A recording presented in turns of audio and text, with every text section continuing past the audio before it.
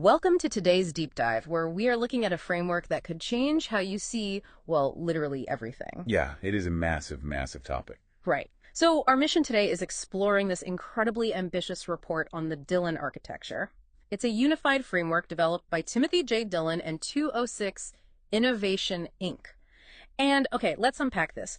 What if nothing in the universe, like not quantum fluctuations, not even sudden stock market crashes, what if none of it is actually random? I mean, it sounds wild, but this framework completely replaces all that stochastic probability with pure deterministic geometry. Meaning no dice rolling. Exactly. No dice rolling anywhere.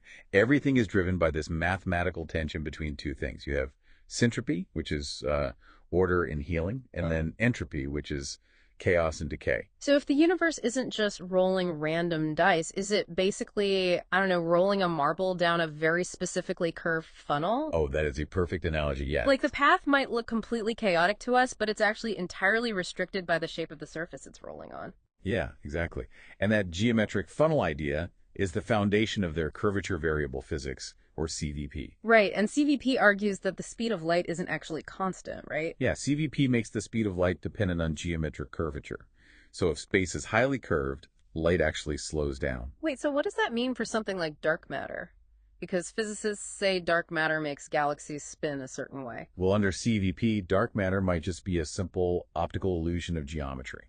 Wait, really? An illusion? Yeah, there's no missing mass required at all. The gravitational lensing we see just perfectly mimics missing mass because light is slowing down in those extreme curves. You don't need invisible matter, you just need, curved math. Wow, no missing mass. That's a huge claim. And they applied this exact same geometric logic to math too, right? The famous 3n+1 Collatz conjecture. Yes, which is famous for looking entirely chaotic.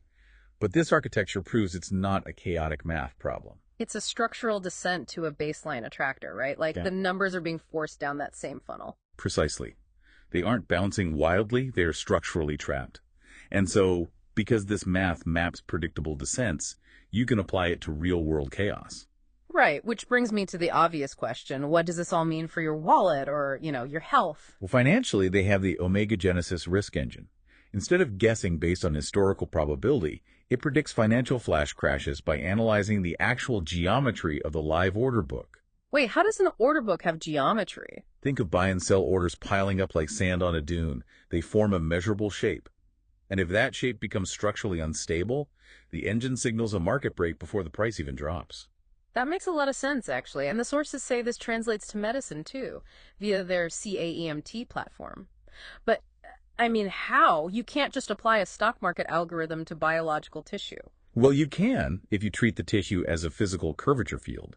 Instead of just blasting the body with a generic frequency, CAEMT measures the specific structural decay of a cell, the entropy. And then it delivers a precisely timed geometric pulse to induce structural healing.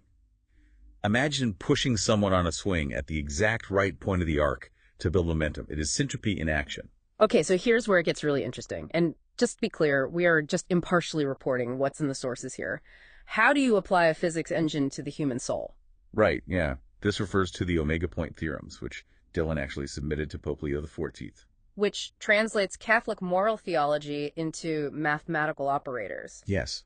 Looking at it strictly impartially as a structural model, it defines sin as dispersive entropy, so a quantifiable fragmentation of a system. Meaning a moral failing is treated like a structural crack in the network. Exactly. And then grace and forgiveness are defined as active, quantifiable syntropic forces that repair that geometry. It treats the moral economy as a closed thermodynamic system where forgiveness actively neutralizes historical trauma. Okay, so synthesizing all of this, whether we're talking about a stock market stabilizing, a pulse healing organic tissue, or the cosmos, what is the ultimate takeaway for you, the listener? The defining thesis of the entire Dillon architecture is this: return is not an outcome. Return is a law. Meaning your reality is structurally forced toward a unified center. Yes, inevitably. Which leaves you with something pretty profound to ponder. If the universe isn't rolling dice, but rolling a marble down a strictly defined funnel, and if human kindness and forgiveness can be mapped as exact geometric energy transfers, could a sufficiently advanced quantum computer eventually calculate the precise mathematical weight of your everyday moral choices?